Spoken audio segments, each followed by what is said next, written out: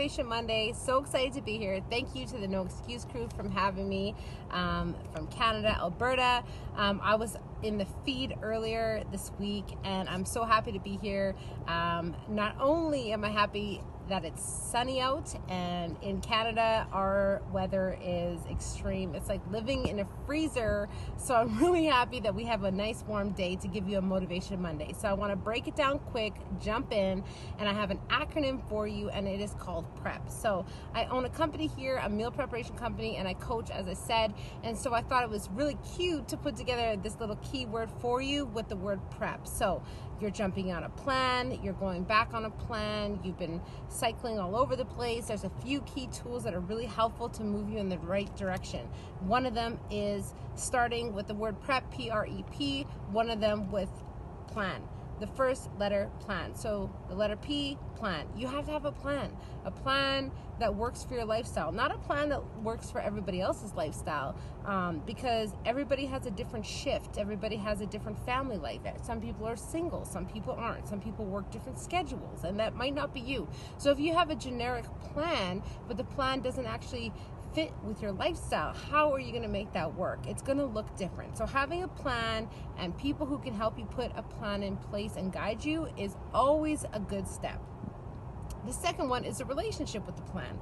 So now you have a plan, and now you're moving through a plan, but now you have to figure out, like, what is my relationship with that plan? So as you move through transition, it's one thing to have a system in place, but the thing is that we have 24 hours in a day, and the reason why it's so important to stay conscious and focused and to take a step back and to breathe and to go back and connect with yourself is because if you just react to life but you don't actually stand back to say, okay, why am I doing what I'm doing?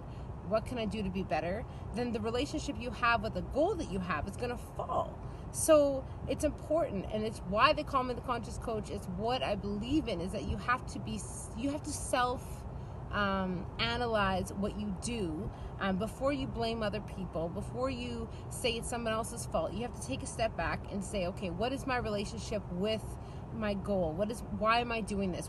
What do I want my life to look like? And these are basic stuff these are tricks and tips that we see in books, but it really, really, really matters, okay?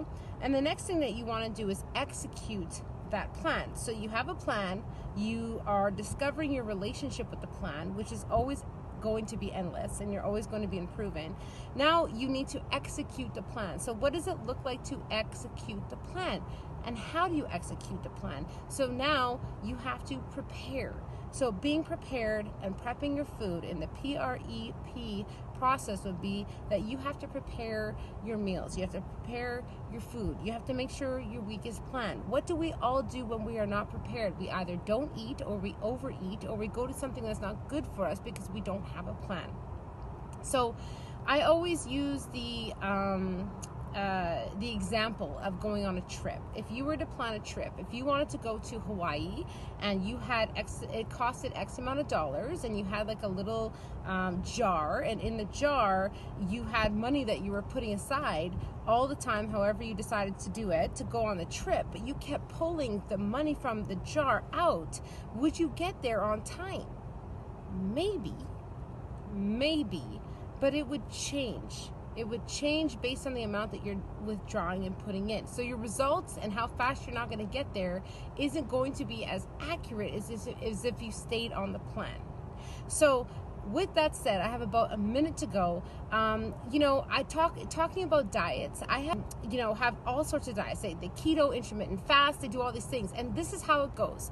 Any plan you go on that you restrict certain foods or anything, you will lose weight really, really fast. So, most people who do any diet will be awesome about it because they'll be like, yeah, I lost 20 pounds this fast. Yes, you also would lose 20 pounds if you eliminated sugar that was processed beyond fruits, knew your portions, and were eating whole food meals. Like, you are going to lose weight no matter what if you take out toxins and excess sugars that aren't good for you. The thing about it is that there's trends and fads and all these new ways to lose weight, but it's really not about that.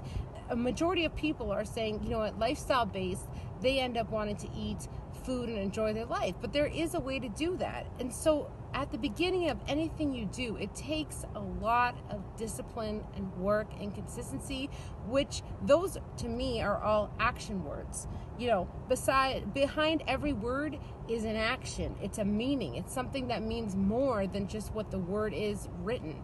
So consistency, discipline, motivation, that's not just a word. It requires action to become a word that means something, that translates into an actual act that's going to turn out to be something for you. So my suggestion is, don't get wrapped up in diets.